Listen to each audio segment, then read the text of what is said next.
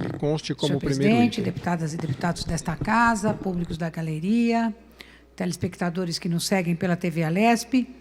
Eu vou mais ou menos nessa direção. Hoje eu estive no Colégio de Líderes, substituindo o nosso líder, Teonílio Barba, e externamos a nossa solidariedade à mesa diretora em função do episódio que nós tivemos ontem aqui, do assalto ao Banco Santander, mas deixamos claro que entendemos que, apesar de tudo, que a Casa pode até aprimorar os seus procedimentos e mecanismos de segurança para proteger as pessoas, para proteger os funcionários, para proteger os equipamentos, para proteger os parlamentares, mas ela não pode fechar as suas portas. Ela não pode limitar o acesso da população aqui no interior da Assembleia Legislativa.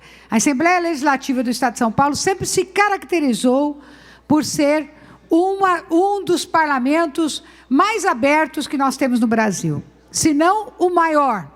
Ele já é o maior parlamento da América Latina, mas ele sempre se caracterizou por esse espaço priorizar a democracia e priorizar o acesso a todo tipo de movimentos sociais, sindicatos, transeuntes, pessoas que entram, que saem, sem nenhum problema. Nunca tivemos nenhum problema aqui.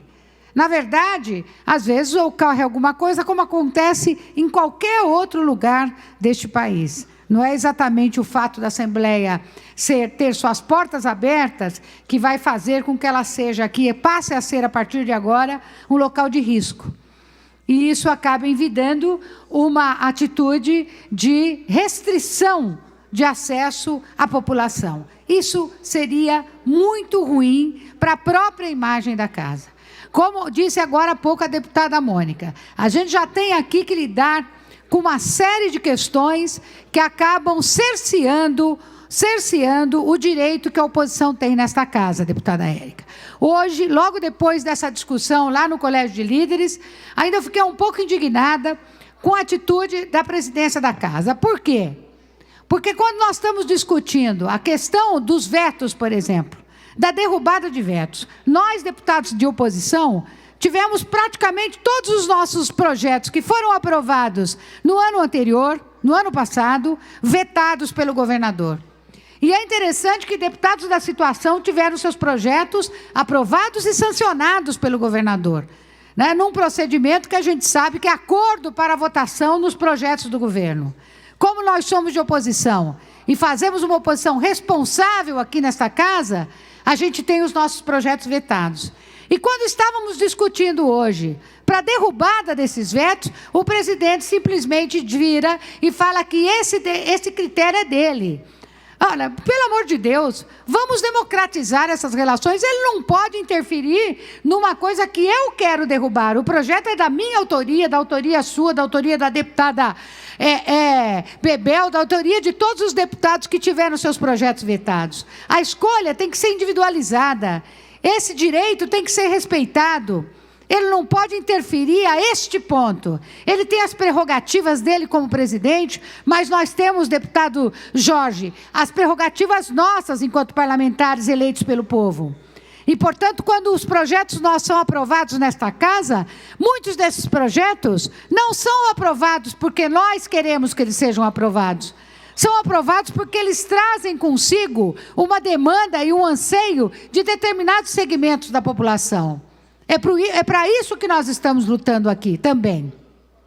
Como agora estamos lutando para poder derrubar um projeto com o qual nós não concordamos. Como bem colocou o deputado Caruso, um projeto recheado de preconceitos, que estimula o ódio, que estimula a segregação. A gente luta tanto para que as pessoas possam viver em paz, possam viver em comunidades, que a diversidade possa ser respeitada. De repente vem um projeto que fala o seguinte: transexuais não podem participar de disputas oficiais esportivas no estado de São Paulo. Quando esta recomendação vai contra tudo aquilo que organismos internacionais, dos mais respeitados do ponto de vista científico, dizem que isso não tem nenhuma interferência. Então, esse debate que nós teríamos que fazer aqui, não é um debate que mistura, muitas vezes, até crenças religiosas com ciência. Ciência é uma coisa, crença religiosa é outra, com todo o respeito que eu tenho a todas as crenças religiosas. Mas é preciso levar isso em conta e nós vamos fazer esse debate ainda mais, já fizemos muito. A deputada Érica tem capitaneado isso aqui nesta casa e nós estamos ao lado dela, sendo solidários para poder tentar fazer com que esse projeto não seja aprovado, porque isso é um retrocesso para uma Assembleia Legislativa que se diz a mais importante Assembleia da América Latina. E é com isso que nós temos que enfrentar aqui. E também trazemos aqui, mudando um pouco de assunto, a nossa indignação com o que aconteceu no dia de ontem nesta cidade. 2 bilhões de reais deixaram de ser investidos, seja somando a irresponsabilidade do governo do Estado com a irresponsabilidade do governo do município, que não faz investimentos na prevenção de enchentes, porque isso ninguém vê. E aquilo que as pessoas não veem, elas às vezes não votam. E é por isso que fica, deputada Bebel, eu estou aqui no meu 5º mandato, nós cansamos de votar aqui empréstimos para os governos, para os sucessivos governos do PSDB, para poder fazer investimentos, deputada Janaína, para poder fazer investimentos para evitar enchentes, tanto no Rio Pinheiros, quanto no Rio Pinheiro, quanto no Rio Tietê. E cadê esses recursos? Aonde eles foram investidos? A ponto de mexer onde com a estrutura de uma cidade de mais de 12 milhões de habitantes. A CEAGESP perdeu 7 mil toneladas de alimentos. O que é isso? É uma irresponsabilidade. Alimentos que poderiam estar sendo utilizados para matar a fome de muita gente que está passando necessidade. Quantas pessoas tiveram seus carros avariados, suas casas tomadas pela água, seus móveis que foram embora pela redondeza, fora o risco que elas têm de perder suas vidas. Graças a Deus nós não tivemos isso. Ah, mas São Pedro não foi generoso conosco, fez chover muito. Coitado de São Pedro, deixa ele quieto lá. Deixa ele quieto lá.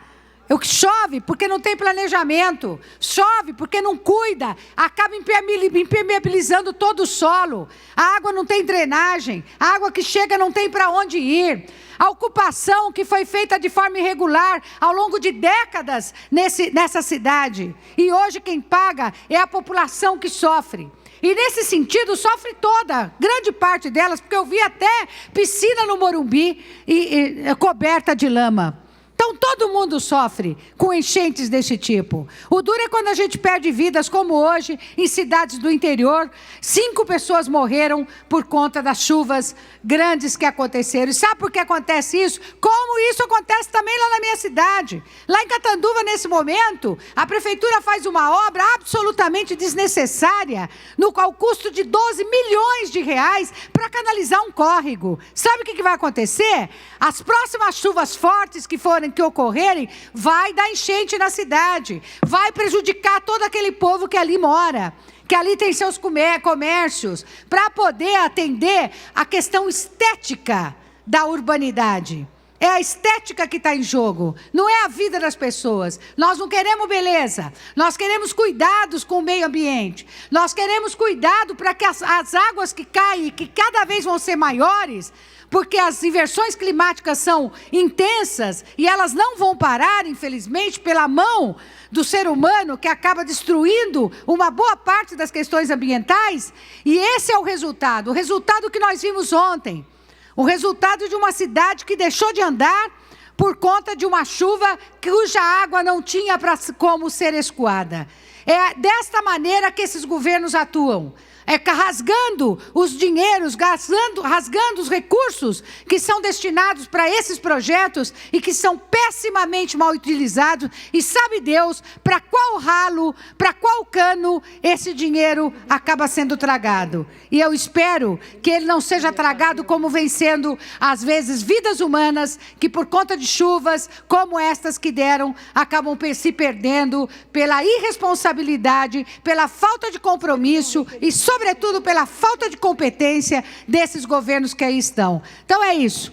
Agora fique com a próxima oradora, que certamente já está aí no microfone de à parte.